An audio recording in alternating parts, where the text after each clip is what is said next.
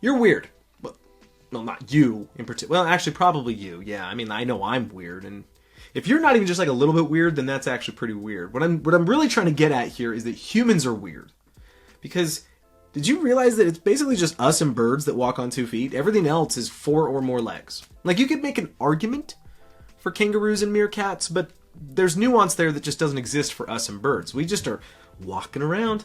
Look at us on our 2 feet. It's a very strange thing among animals. And the reason why this is relevant to us is because it can create confusion between these terms, ventral and dorsal, as well as anterior and posterior. And so in today's video, we're going to be using this 100% free Kenhub article that you can go ahead and find a link down in the description below. Follow along at home. It's going to just be pretty awesome to do it that way. But what we're going to do is we're going to illuminate the differences here. And so what we're looking at is a picture of a human being in anatomical position, right? Anatomical position, you can see both of her legs are just like pointed forward. They're more or less together. Her arms are at her sides. Her palms are facing anteriorly or in the supinated position. The body is erect.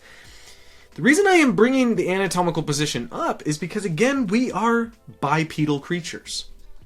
So this is going to be the biggest, or I guess the most important part to really unraveling the differences between, say, ventral and anterior and dorsal and posterior, right? Because dorsal, let's start with dorsal. So I'm going to go ahead and switch to this, right? So we can see this arrow on the back.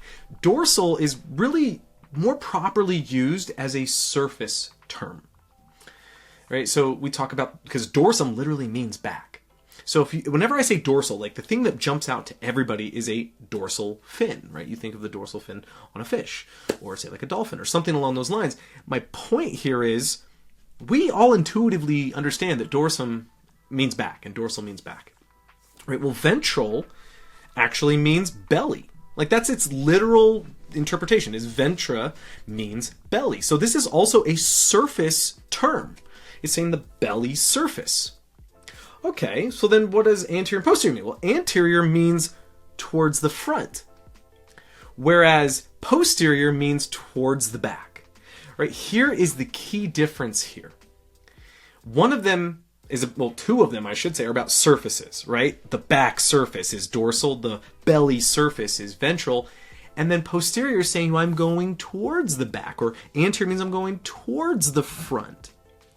Now, for us as humans, these terms can be used interchangeably, and you see this all the time in anatomical texts. You can just say, like, oh yeah, like the sternum is ventral to the heart.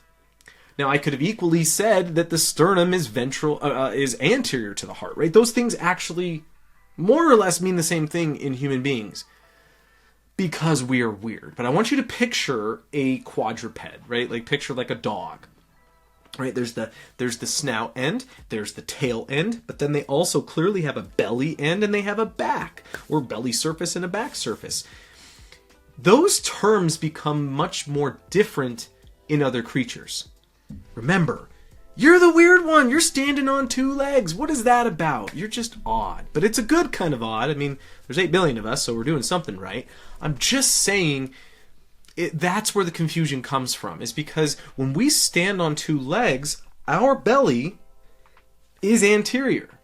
So ventral and anterior start to just kind of like intermingle. And then our back is posterior. So those terms also start to mingle. So I'm not saying you can't or shouldn't use one or the other. I'm not saying what you should or shouldn't do at all. I'm just saying there is actually a difference between those terms. And so the way I tend to teach my students, and this is more so a matter of preference, is to say, you know, like I try to reserve dorsal and ventral strictly for surfaces, right? The dorsum of the hand, for example, right? Like, that's just, to me, is a nice, easy way to avoid confusing my students. And then I almost always use anterior and posterior beyond that, right? That just makes the most sense to me to use anterior and posterior. So, for example, anterior is saying that something is in front of something else, right? Again, the sternum is anterior to the heart. Or I could also say that the heart is posterior to the sternum, right? Anterior and posterior are really good for saying, like, comparing things and just being like, this is here, this is here.